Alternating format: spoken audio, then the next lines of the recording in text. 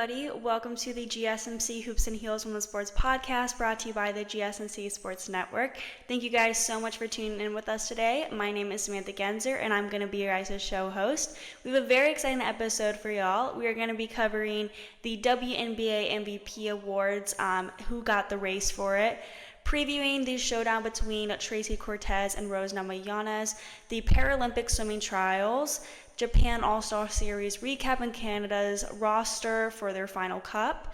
And make sure you guys stay to the end of the show to hear about the CrossFit Service Open. We're going to be recapping that. Before we begin, I wanted to ask you guys to like and follow the show and to become a part of our show to tip and donate using the link gsmcpodcast.net. Also, we do get a lot of questions that come from viewers during the show, so to ensure your questions get read on the air, I ask that you use the link gsmcpodcast.net. This puts your questions at the top of the list so that I see them, and of course, it also really helps the show. Again, the link is gsmcpodcast.net. Now, let's get started. I hope you guys enjoy today's content. Okay, so we're starting today's show by talking about the race for the MVP award in the WNBA. Just like how I did the race for the Rookie of the Year award, I'm going to be sharing my top 8 picks for the MVP award, and this is in a specific order. So like my first pick is first, second pick second. You get the point. Unlike the Rookie of the Year award where I literally just had like a bunch of people and I was like, I don't have a favorite. Well, I do, Caitlin Clark and Angel Reese, but you get the point. Anyway, so we're just going to get right into it. So first on my list is A'ja Wilson. She's a favorite for like everyone. This is obvious. Wilson narrowly missed out on her third MVP award in 2023, and I'm hoping that that's not going to be the case this year. She has been the best player in the league since opening night when she went off for 30 points, 13 rebounds, and 5 assists. Her 27 points per game would be the highest single season scoring average in WNBA history. She's one of the 4 players averaging a double-double and is in the top 5 of every major statistical category besides assist. She also has 52.6% shooting right now. That's crazy. And now that the Aces have won 7 of their last 8 games, the one potential knock against her, their poor record to start the season, no longer really applies, you know? Also, she literally is now become the leading scorer for the Las Vegas Aces. So, like, I feel like that doesn't need much explaining. Like, she's amazing. Okay, next I have Napheesa Collier. Collier's versatility and smarts are a major reason for the Lynx's success this year. Her 2.2 steals, 1.5 blocks, and 7.6 defensive rebounds all are career highs, and she's one of 2 players in the top 5 in both steals and blocks. She's also atop the defensive win shares charts by a wide margin with 2.5, though she's currently sidelined with a foot injury, and that's what does concern me. It is not expected to be a long-term issue looking at it right now. So we don't really know everything going on with that. So if she keeps missing games, then I don't think she's going to be in the running for the MVP award anymore, because I feel like that wouldn't be fair. But still, I don't think this foot injury is going to really knock her out completely. If she doesn't win MVP, I'm hoping she will win Defensive Player of the Year. I feel like she deserves that. Okay, next person I have on my list is Alyssa Thomas. She finished second in the 2023 MVP race. She just recorded in her 10th career double-double. In her last game, she totaled 13 points, 10 rebounds, and 14 assists. Thomas is the WNBA's career leader in triple-doubles, and that record just says enough of why she would deserve to be MVP. She is averaging 11.9 points, 9.4 rebounds, 7.9 assists, and 1.6 steals in the season so far. The success of her team, largely driven by her performances, is another key factor. Her ability to lead her team to a top playoff position or even a championship contention underlines her value and contribution to their success. Okay, next person, Breanna Stewart. Stewart leads the New York Liberty by averaging 19.4 points per game and 9 rebounds per game. The reigning WNBA MVP scored her 5,000th point on June 30th. She also recorded 3 consecutive double-doubles, her most recent being a 17-point, 17-rebound performance in New York's triumph over the Lynx. 17 rebounds itself is insane. She also is averaging 4 assists and 2.1 steals, and that's, I guess, where you could say her stats do need improvement if she wants to win MVP. what really drives Stewart to this award is her consistency and versatility as a player. Also, Stewart has a knack for delivering in clutch moments, securing victories with her timely scoring and defensive plays. Her poise under pressure has been a key factor in her team's success this season, and she's been playing for a while, and I just feel like she keeps getting better and better each season. Okay, Kahleah Copper, also following that trend of getting better and better each season. Kahleah Copper has been consistently leading her team in scoring. The Phoenix Mercury are having a really good season so far, and I think Copper's scoring is a huge part of it. Back in the end of May, Copper was leading in scoring in the WNBA. She was averaging 31.3 points per game and scored 37 points in a stunning 98-88 upset of defending champion Las Vegas. Copper also has been outstanding in hitting her three-pointers. In the Mercury's recent game against the Dallas Wings, Copper scored 34 points, including a late three-pointer with 23 seconds left, securing their win.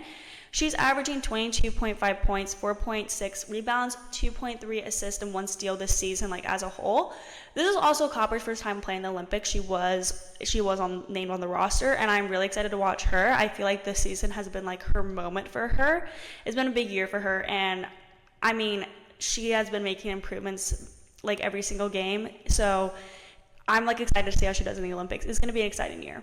Okay, next I have Sabrina Ionescu. This is also pretty obvious. I feel like I was looking at bets for who's going to win this award, and Sabrina Ionescu was on most people's bets. Just the name itself, Sabrina Ionescu, we all know she's amazing. We all know she deserves an award, She's averaging 18.9 points, 4.3 rebounds, 6.3 assists, and 1 steal this season. Throughout the 2024 season, Ionescu has been remarkably consistent, delivering high-level performances game after game. Her reliability has been a cornerstone of her team's success, making her one of the most dependable players in the league. Also, I want to highlight her rebounding skills. Ionescu's ability to rebound effectively as a guard adds an important dimension to her game. Her knack for grabbing crucial rebounds provides her team with additional possessions and helps control the tempo of the game. Okay, next I have Jewel Loyd. 2 weeks ago, she recorded a career-high 34 points against the Indiana Fever. Last year, she was a standout player. Loyd added her first WNBA scoring title in 2023. Her 24.7 points per game last season was the second highest of any scoring champion in league history. Her decade with the Seattle Storm has seen 2 WNBA titles, 5 WNBA All-Star selections, a Commissioner's Cup, and a WNBA All-Star Game MVP win. And this season, she is just as good with her consistency and versatility. She's averaging 19.9 points, 5 rebounds, 3.8 assists, and 1.5 steals.